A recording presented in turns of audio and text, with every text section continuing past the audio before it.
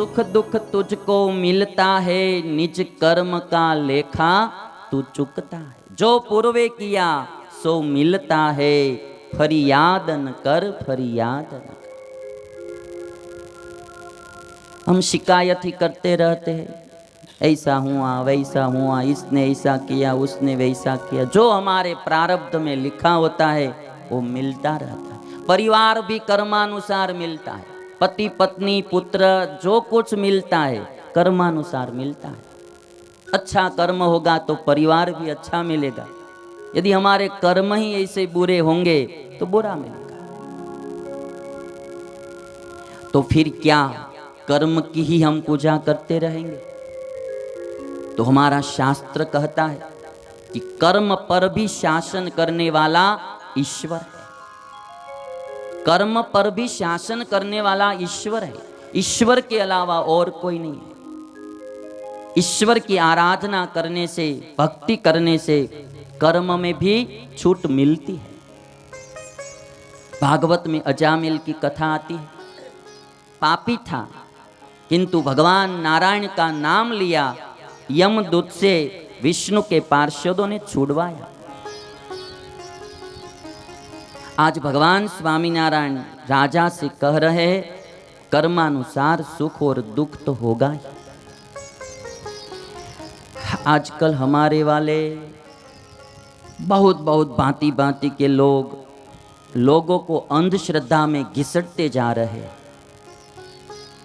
मैं तो यही कहूंगा आपसे कि सुखी होना है तो कर्म अच्छा करो और ईश्वर की आराधना करो और सच्चे संत का समागम करो। ये तीन उपाय के अलावा और कोई उपाय है ही नहीं।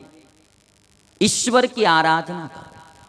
ईश्वर की आराधना करने में एक भी रुपया का खर्च नहीं है। इतनी पूजा कराओ तो तुम्हारा कर्म मिटेगा, ऐसा ऐसा कराओ तो नहीं। ईश्वर की आराधना करने में हमारा दिल चाहिए, भाव चाहिए। भाव से ईश्वर का नाम स्मरण करो, दंडवत करो, प्रदक्षिणा करो, प्रार्थना करो, कीर्तन भक्ति करो। कर्म को मिटाने के लिए, कर्म की रेखा बदलने के लिए पहला उपाय है ईश्वर की आराधना। दूसरा उपाय है कोई सच्चे संत का समागम। बहुत प्रकार के दुख हमारे अज्ञान से आते हैं।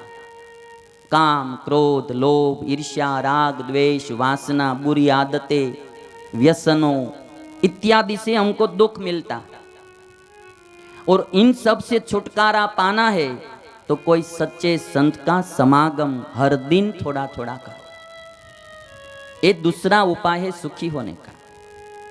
और तीसरा उपाय है कि कर्म अच्छे करो। बुरे कर्म करेंगे तो फल भी बुरा मिलेगा। भला कीजिए भला होगा, बुरा कीजिए बुरा होगा। भला कीजिए भला होगा, बुरा कीजिए बुरा होगा। इसलिए सबसे पहले कर्म अच्छा करो। कर्म अच्छे करने के लिए संतों का समागम करो और संत समागम से ईश्वर की आराधना में डूबो। जन्म मरण को मिटाओ, मुक्ति को पाओ और परमानेंट सुखी हो जाओ। ये शास्त्र सम्मत उपाय है। बाकी जो किया है वो कभी न कभी भुगतना तो पड़ेगा। वो बात पक्की है। जो खाया है उसको कैसे भी पचाना ही पड़ेगा। नहीं पचेगा तो उल्टी होगी, वमन होगा। किंतु खाया है उसका कहीं न कहीं निकाल तो होना ही चाहिए। वैसे किए हुए कर्म का फल भुगतना ही पड़ता है। कोई लाख करे चतुराई, कर्म का लेख मिटे ना रे भाई। जरा समझो इसकी सच्चाई रे, कर्म का लेख मिटे ना। स्वामीनारायण भगवान राजा से कह रहे कर्म का फल तो भुगतना पड़ेगा। इस दुनिया में भाग्य के आगे चले न किसी का उपाय। कागद हो तो सब कोई बाँचे, कर्म न बाँचा जाए। कागद होता है ना तो हम भी पढ़ लेते हैं, किंतु कर्म किसी का पढ़ा नहीं जाता है। जब जब जीवन में वो नतीजा आता है न, तब पता चलता है कि ऐसा कर्म होगा हमारा। कागद हो तो सब कोई बाँचे, कर्म न बाँचा जाए। एक दिन इसी किस्मत के कारण वन में गए थे रघुराई रे, कर्म का लेख मिटे ना भाई। काहे मनवा धीरज खोता, काहे तू नाहक रोई। जब दुख आता है तो तुम धीरज क्यों खो देता है। काहे मनवा धीरज खोता, काहे तू नाहक रोई। रोता है क्यों। पहले बबूल के पेड़ बोए, बाद में कांटे लगते हैं, तो फिर रोते हैं क्यों। तुमने बबूल के पेड़ बोए क्यों। बावड़िया वायवा हु करवा। बावड़िया वायवा, कांटा वाग्या, पौड़ा खाधा, डसुरो चढ़्यो, पछी के माळो हैरान थयो ते आंबा वाववा था ने। बावड़िया वायवा हु करवा। बबूल के पेड़ बोते हैं और आम की इच्छा रखते हैं, वो कभी नहीं मिलते। काहे मनवा धीरज खोता, काहे तू नाहक रोई। अपना सोचा कभी नहीं होता, भाग्य करे सो होई। चाहे हो राजा चाहे भिखारी, ठोकर सभी ने यहीं खाई रे, कर्म का लेख मिटे ना। यहां तो सबने ठोकरें खाई है भाई, तो जगत है।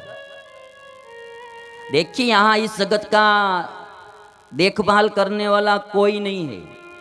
इस दुनिया में कोई एक घर होता है तो उसकी देखभाल करने वाला कोई एक आदमी होता है।